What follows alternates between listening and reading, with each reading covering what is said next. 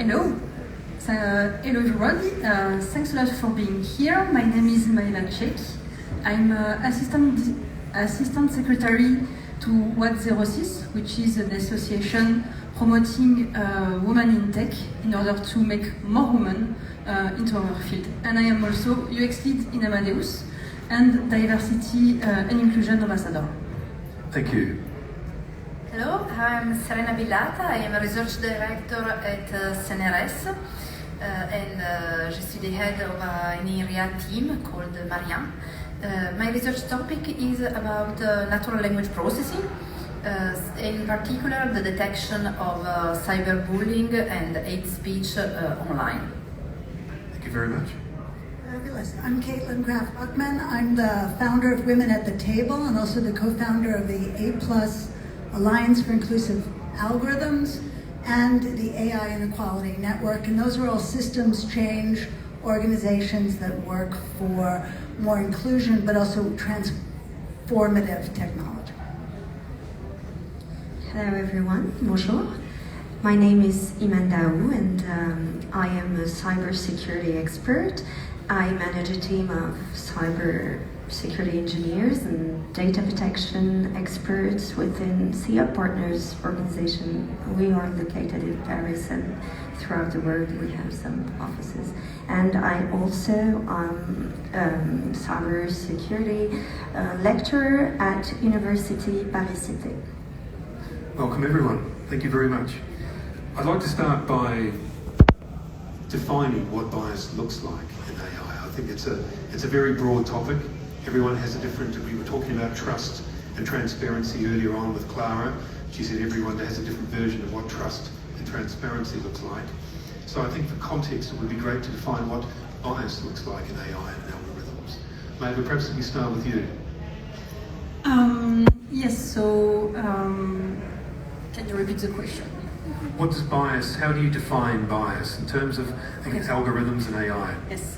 So bias are a kind of distortion from a reality, at least on the cognitive psychology point of view, and it's applied like the same in AI, from what I understood, meaning that the result can be biased, can have distortions, and then the decisions that are taken are not what is expected. Serena, from your perspective? Yeah, well, the definition is this one, and what we see is that bias is at different levels in AI. So we could have the bias lying in the data that is used for training.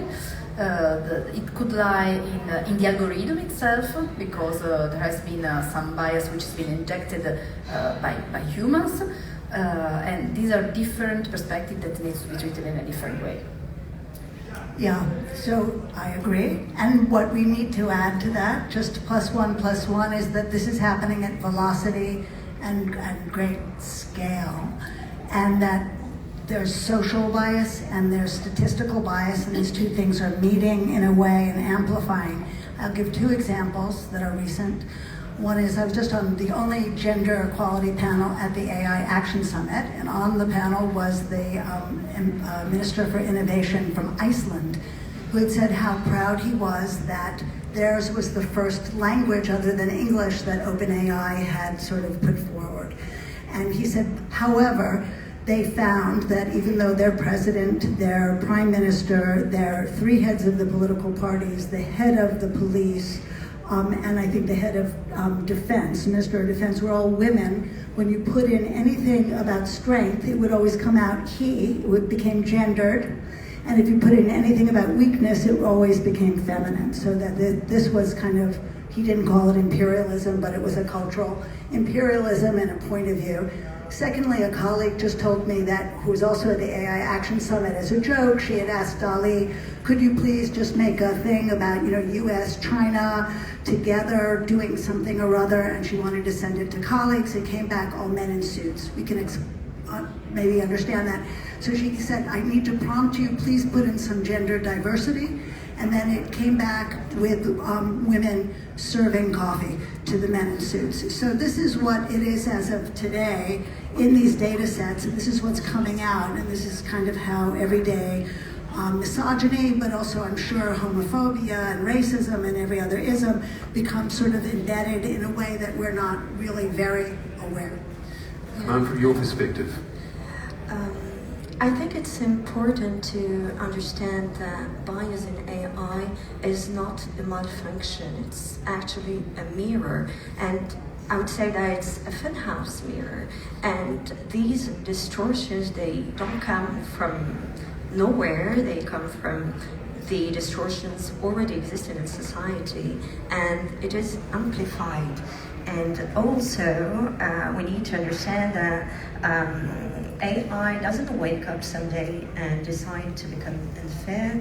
It comes from the data we feed it, and the data we feed it comes from human history. And of course, human history is not neutral. So yeah, it's really embedded in that. So this is the 4th year that I've done this festival.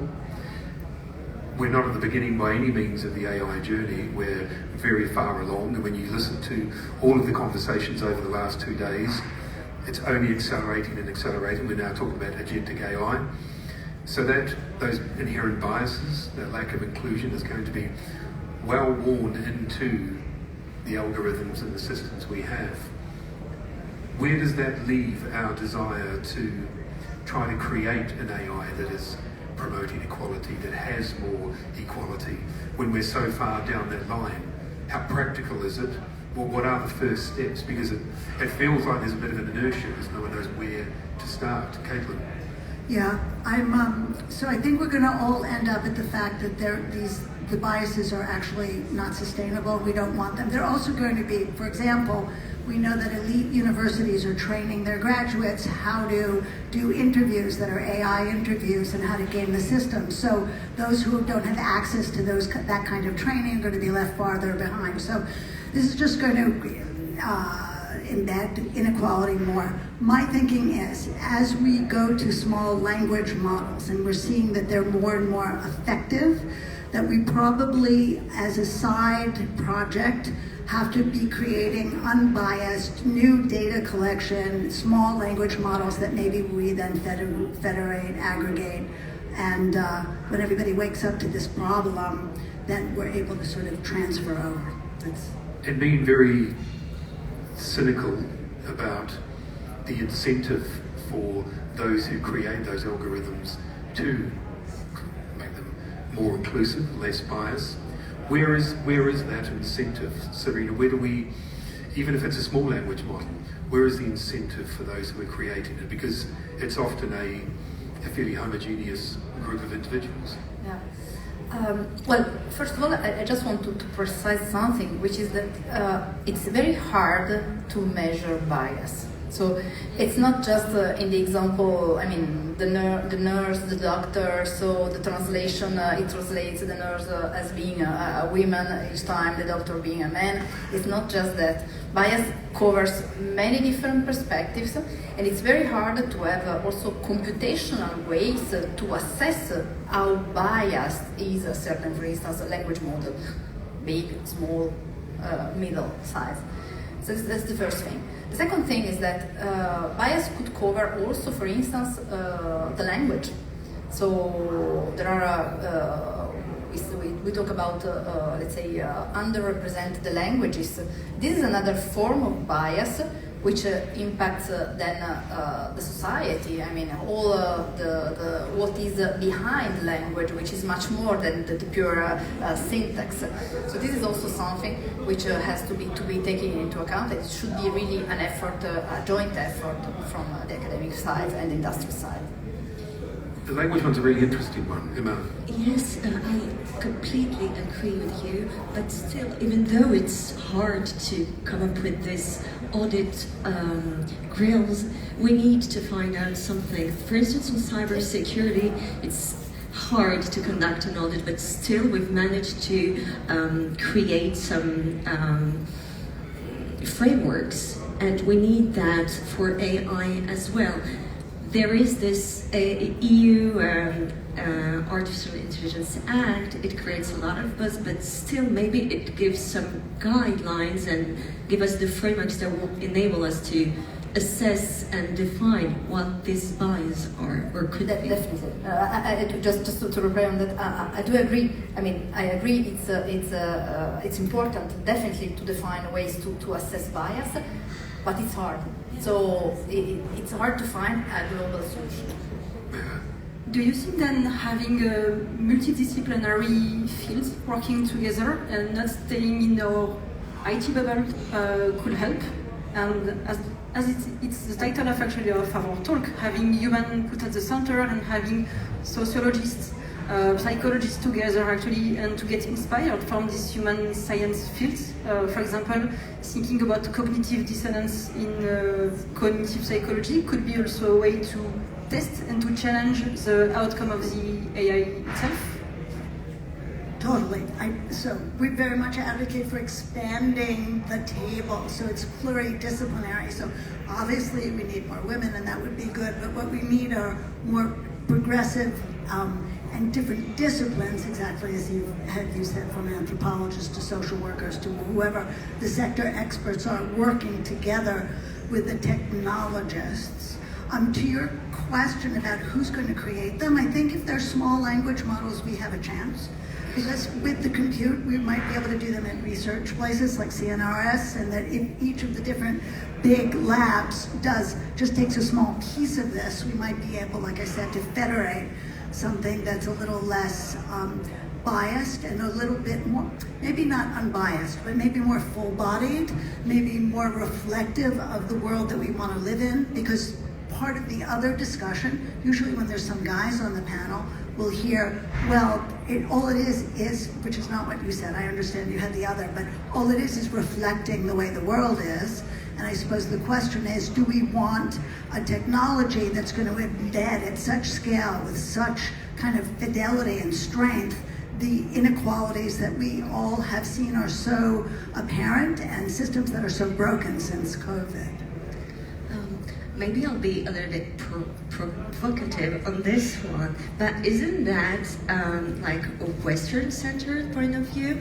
For instance, I come from Africa, okay? So how could we achieve that in there? We don't have these labs working on bias, and it's such a, I mean, yeah? Well, there are labs. There are a lot of sub-Saharan Africa, maybe not in the middle. Yeah, but who are the people working there? How many people compared to the youth that is the biggest part of Africa, who have access to these technologies and so on? I'm not trying to challenge you, but just reflecting on the fact that maybe it's Western-centered point of view. No, it's not a Western-centered point of view. I mean, first of all, you have the intellectual bench and the bandwidth in Africa.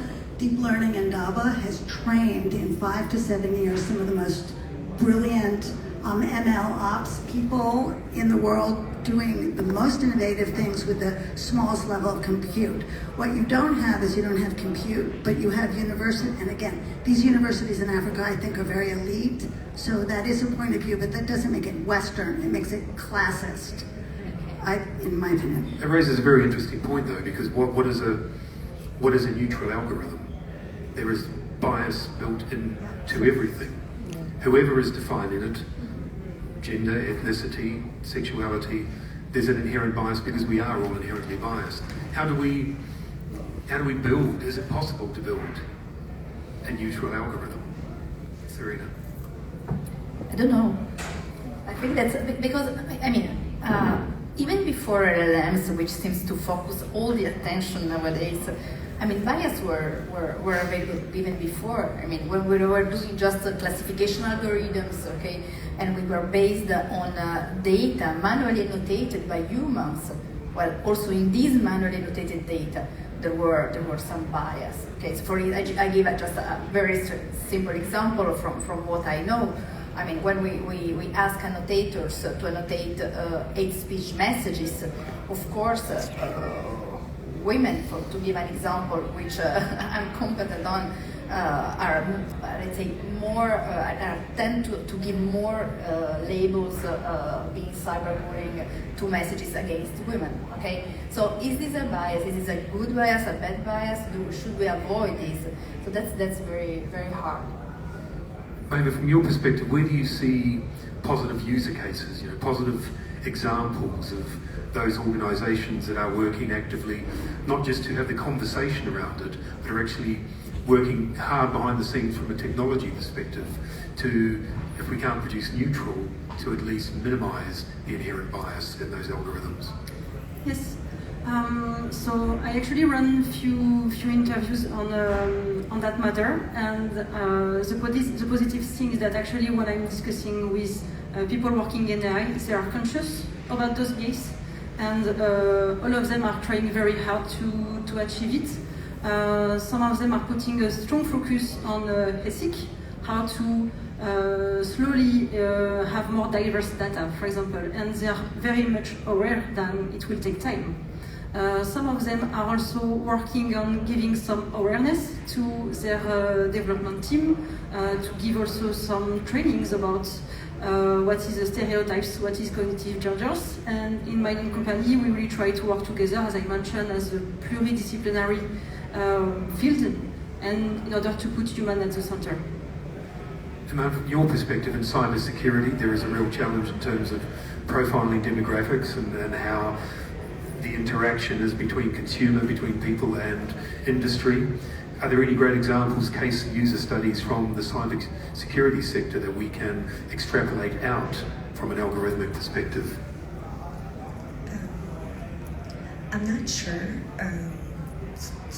to have the correct answer, but what I can tell you about cybersecurity and AI, I think they are the two faces of the same coin, and AI is bringing a lot to cybersecurity.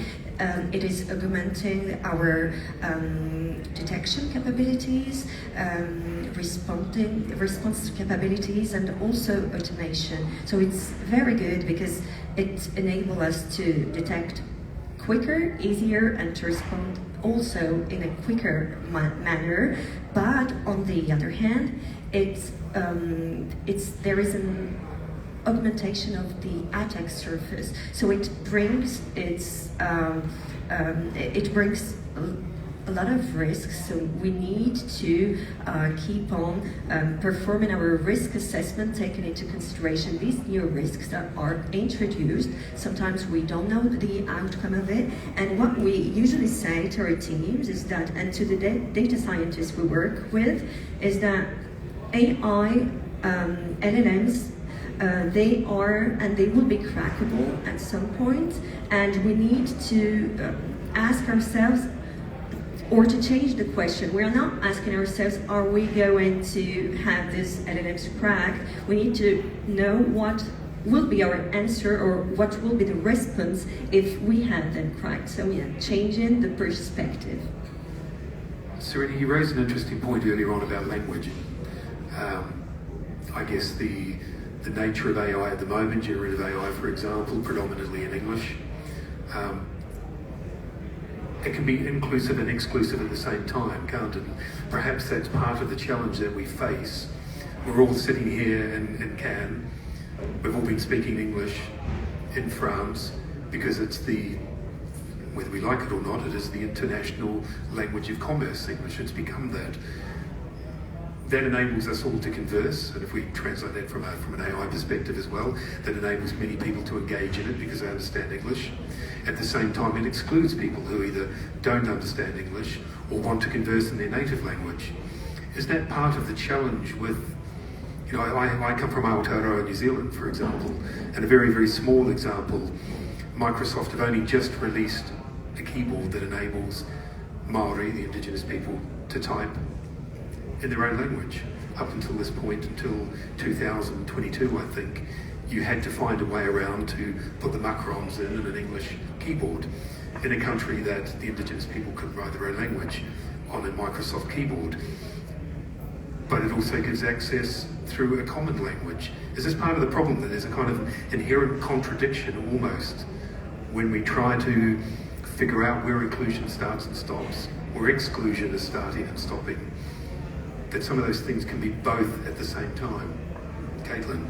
Yeah, I also want to bring up a positive example of this. I think it all has to start as the Maori work has done, and there's tremendous work that's been done in terms of Maori and common voice and sort of creating their own data commons for their language instead of sort of letting it go out. And I think that probably instigated that movement.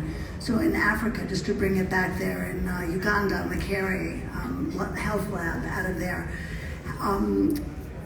just dealing with community problems. So they realized that they have a malaria problem that's really very big. They wound up inventing a 3D printed microscope that could be attached to a smartphone, to which they could then start to gather the data of the community and rural persons as well as women, as well, to really representative data sets, and then train new models. And I think that the inclusion aspect is about communities and university, everybody working together as a community to create AI that works for them, and that also can wind up being global, because I think that they'll be able to really sell some of their models because their underrepresented communities have never been included in any data sets. So I think I would reverse it in a weird way. So if we're, in inverted commas, theoretically too late to catch the inherent bias that exists in many of the algorithms, how do we build systems to catch the bias, to your example earlier, when it's exposed? What does a system look like to re-engineer once we identify that? Is it feasible? Is it possible? How do we create those that at least identify and notify? What comes after that, Maeva? Honestly, I think the only answer that I know is that, if I remember well, INRIA did a kind of similar project where they tried, if I remember well, to identify what were the stereotypes and the bias for AI. And I honestly think I do not have any other answer on that matter. Serena, from your perspective?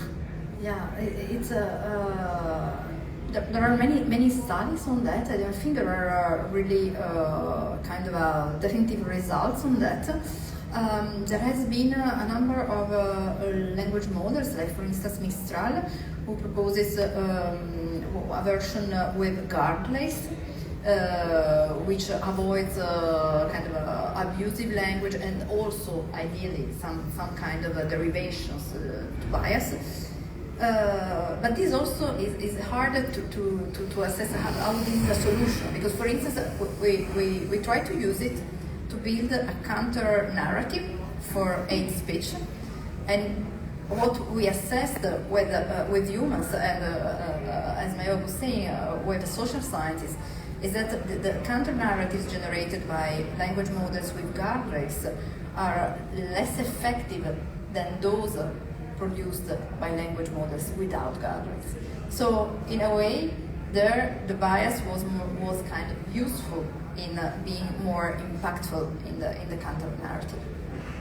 Wow, I don't quite understand. Yeah, I'm going to jump over to something adjacent to that, which is 𝗙𝘂𝗿𝗃, which was developed in Argentina by a bunch of computer scientists at the University of Córdoba, which was to Luciana, Laura already, yes. And so we funded that through the Feminist AI Research Network. And here it is, an idea to democratize debiasing, so that you didn't need to be a data scientist in order to be able to look at a language model. And you could be able to, so it started with gender, but it could also be when you're in Argentina and you say something about Venezuelans, you have a different kind of bias than if you're in Colombia and you say something about Venezuelans and migrants and people of color and all the biases that exist. So this was made so that journalists, at first journalists could debias the data sets, but now, by Mozilla, they're now training 500 high school teachers to then go and train their high school students to all be able to debias data sets, so that they will have a Latin American Spanish that is debiased by them. Brilliant. I think that we are still at the very beginning of it. at a large scale, I mean. And from my understanding, right now, we still have it like a black box, and we're trying so hard to make it as transparent as possible. How could we do that? I don't know, because this is not my field exactly, but from a cybersecurity perspective and regarding what we do in cybersecurity and it works perfectly, is to try to make this AI answer our questions by explaining why did they take this very specific decision in order for the human, and the human should be at the center, human should be the one at the end of the day taking the decision when feasible, when possible, to make them understand where the bias is and maybe try to correct it. And also, maybe to come back to the question about neutrality, to complete that, this is also why maybe neutrality is not the good direction, because as humans, we all have our own perception, our own complexity. We are all taking our decision based on our experience, based on our own values, and this is something that we are bringing to AI. And removing this, removing our bias actually, well, first will be quite impossible, and then do we really want to do that? So all this complexity of human is what we are making us human. Depending on which side you are. Absolutely. Yeah, that's the problem, once again. Yes, absolutely. So we have roughly 8 minutes left of the panel discussion. I'm very keen to, this is a very complex topic to find solutions to, but I'm very keen to spend the next 8 minutes, a couple of minutes each, identifying what a solution might be and where those positive lights are, because I'd like to end this on a visionary note forward, what we can do, rather than just what the challenges are. So maybe perhaps if we start with you, a bright spot and a good example of where it is working. Yes. In my opinion, where we need to start in terms of solution is to educate and inspire young generations, and to have obviously more diversity in tech. This is the purpose of 𝗬𝘃𝗿𝗁𝗍, our association. We actually built an app in order to have young ladies have women mentors in order to discover the world of the tech. And I really believe that the more brain we are, the better. So why should we restrict ourselves on that matter? So yeah, first, having more diverse people in the field, and starting with the young generation, giving them this awareness first on the gaze, the stereotypes, but also that ladies can do it as well. Thank you. Serena. So I do agree with all your points. To me, first of all, we really need to assess, to find ways to measure bias, to assess bias on the different perspectives. On what is AI in this moment, so all the data sets, artificially generated, manually annotated, because the problem is not, let's say, solved on all that. So how to assess it? I think we need to, go in the direction of 𝗏𝗏, let's say, make people aware of this bias in these so fancy and friendly AIs that we deal with now. So we exchange with language models now, we have these very friendly chats. It's important to make people have some critical thinking about what is the results of these AI in such a way that they are aware of the bias. You touched on measurement tools there, and I just wanted to understand whether you have identified any, whether you work with any, to measure that bias. That's very hard, because bias, the point is on which perspective. So bias on the social context, that's very hard. Bias on the language side, so the fact that these models are mainly based on English, for instance, that the bias, the way also, in a way, future generation will learn to exchange, to formulate language in their own language, which is not English. Thank you. Caleb, from your perspective. Just on the geographical bias, there has been some really interesting work done out of UCD, University College Dublin, about geographical bias, where they've looked at different browsers anyway, just if you're in a browser in Chinese, if you ask it some questions, what it pulls up for a CEO, for example, as opposed to in Africa or as opposed to elsewhere, and it's very interesting to see those cultural biases. So, and they have a tool to sort of deal with that. I want to say that I think the answer at the moment, the best we can come up with, is that they're going to be community-based solutions to these problems, to use communities throughout the world as sort of the laboratories as we figure out. I think that we'll wind up wanting to dismantle some of the large LLMs at the end of the day and start from scratch. And there are two things that I want to bring up. One is, again, Argentina, Amor AI was at the Paris Peace Forum, just taking gender-based violence data from the criminal court in Argentina, debiasing it, putting it up, starting to look at the patterns across Argentina and now throughout Latin America of how this violence sort of percolates and transforms. So that's one local thing that could become global. Also in Africa, out of Nairobi, a language lab, Julien Malfait, who does a lot of NLP work, but then has now started matching her NLP work in local Kenyan languages to Kenyan sign language, just to see how that goes. And it's very, niche, but really how people are working with very small language models and doing really transformative and super innovative work that I think is going to scale worldwide. I think they're great examples in a man. As a fervent defender of regulation, I'd say that we need to regulate, but of course we need to make sure that it will still promote innovation, but at least it would give guidelines on how to integrate ethics to this artificial intelligence. My second point would be maybe, I heard, and it's very good, I completely agree, I heard you saying that we need to put our efforts on on the young generation. But I just want us to we don't need to we have to remember that there are also old people that need to be trained, or they need to be we need to keep them in the loop, because otherwise they will be lost very soon as AI is growing so fast. So yeah, we need to take care of the elderly as well.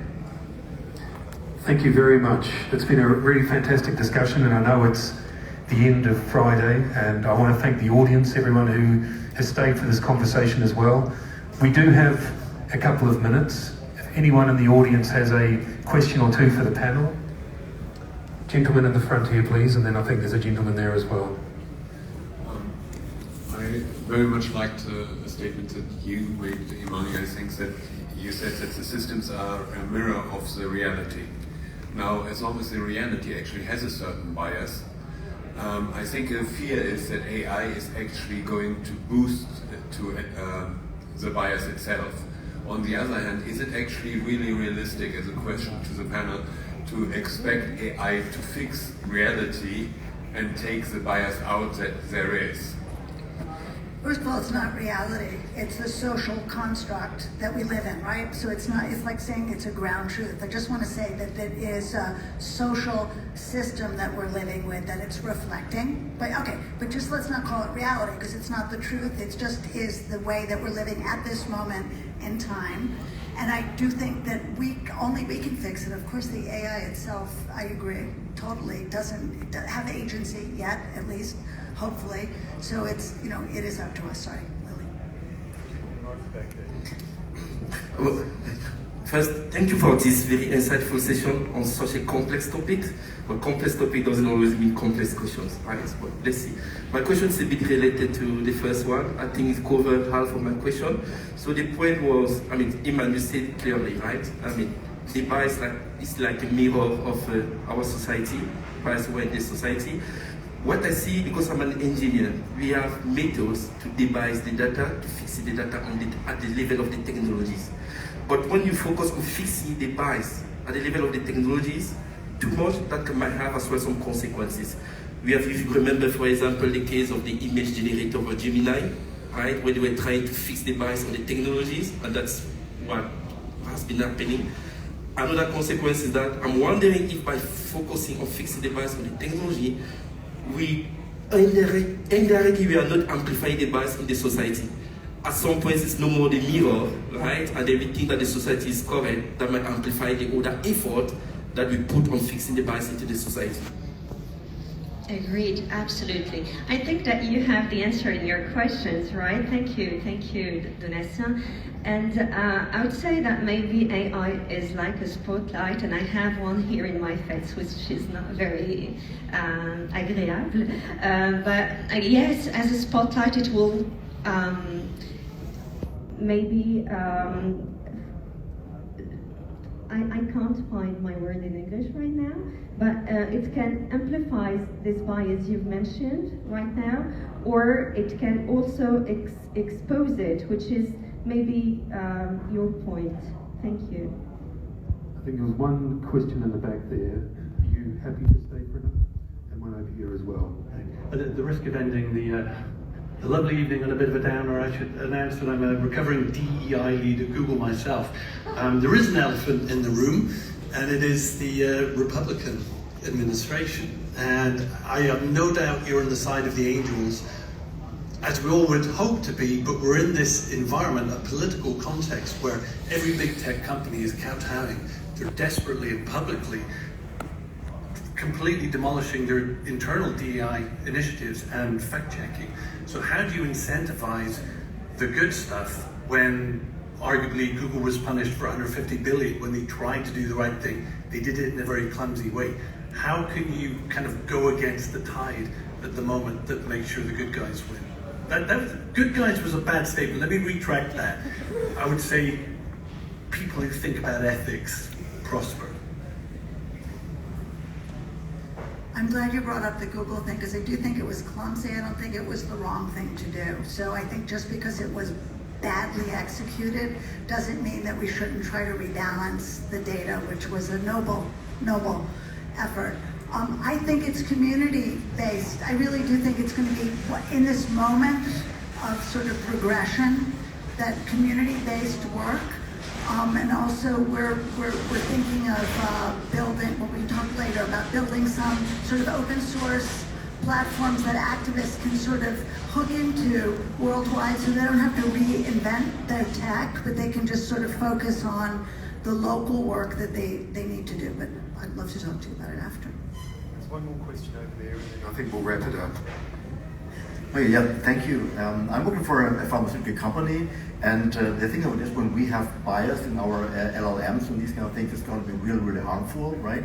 And I have a question whether maybe synthetic data could be a solution for having unbiased LLMs. It's a question, I don't know, right? The other thing is, do you think that as we have now this new administration, right, and this big tax, right, that there will be intentionally bias embedded, right? And we have seen that with DeepSeek, for example, right? When you call about Uyghurs or Taiwan, right? I mean, you know all that, right? So my fear is actually that this is now just used, right, intentionally to steer the political or geopolitical game. So what's your opinion on that? So synthetic data and bias by design. 𝗧cie𝗄𝗿𝗄𝗏. I think I will take the first question, not the second one. Because it's not my competence, so I feel good in talking about science, not on the political side.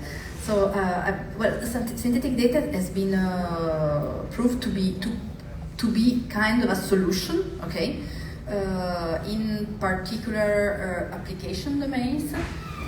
So, for instance, hate speech, or effectively it works in the medical data as well, because this is also a domain that we usually don't touch so much on the bias side, but actually there could be a lot of bias on that as well. So assuming that the gender, for instance, or the geographical provenance of a patient then influence in a way the diagnosis, and that's very sensible. So yes, synthetic data could be a way. The difficult part is always that on this synthetic data you should explain, you should let's say set up some constraints on how you build this synthetic data.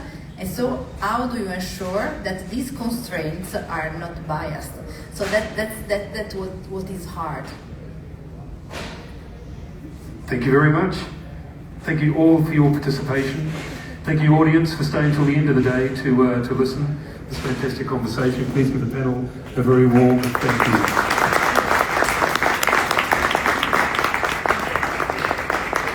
That concludes today. As I said, throughout the day, all of these conferences are downloadable on the 𝗬𝗏𝗍𝗏 website for 2 months afterwards. So if you've missed anything, you want to recap anything, please just go on, part of your registration you're able to download. Thank you very much for attending and have a great evening. Maybe put it in my here. On the right. Maybe try. For the my drive. But they said it should be able to ask it to save it. Yeah. But how is that the only way? Maybe I send it to you also. Share. If you share differently, maybe. Share too. Share too. I share to you and have a look. Oh no, it shares the. No, but I guess here. Okay. You drop.